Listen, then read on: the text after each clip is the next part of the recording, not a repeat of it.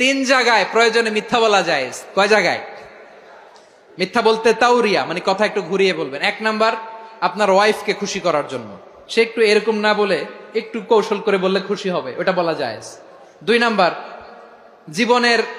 জীবন মরণের ব্যাপার, জান বাঁচানোর জন্য একটু কৌশল করে ঘুরিয়ে বললেন, এটা জায়েজ। তিন নাম্বার, দুইজন ঝগড়া লাগছে, তাদেরকে মিলিয়ে দেওয়ার জন্য কৌশল করে একটু মিথ্যা বলা, ঘুরিয়ে বলা জায়েজ। দুইজনের মধ্যে দেখলেন যে সম্পর্ক খারাপ, তো একজনরে বললেন, ভাই সে তো ওই দিন আপনার ব্যাপারে অনেক প্রশংসা। কি আমার ব্যাপারে প্রশংসা? তার সাথে তো আমার মারাত্মক সম্পর্ক। কি বললো? এই বললো আপনি নাকি এই করছেন ওই করছেন, অনেক প্রশংসা।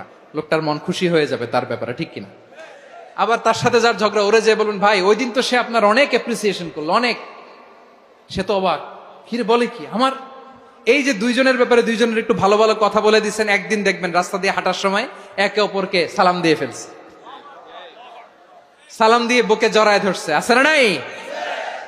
আবার মিলমিশ হয়ে গেছে। কিন্তু আমাদের স্বভাব হইলো, দুই প্রতিবেশী যদি একসাথে বসে একসাথে হাঁটে, দূর থেকে দেখলে আমাদের জলে, আছে না নাই?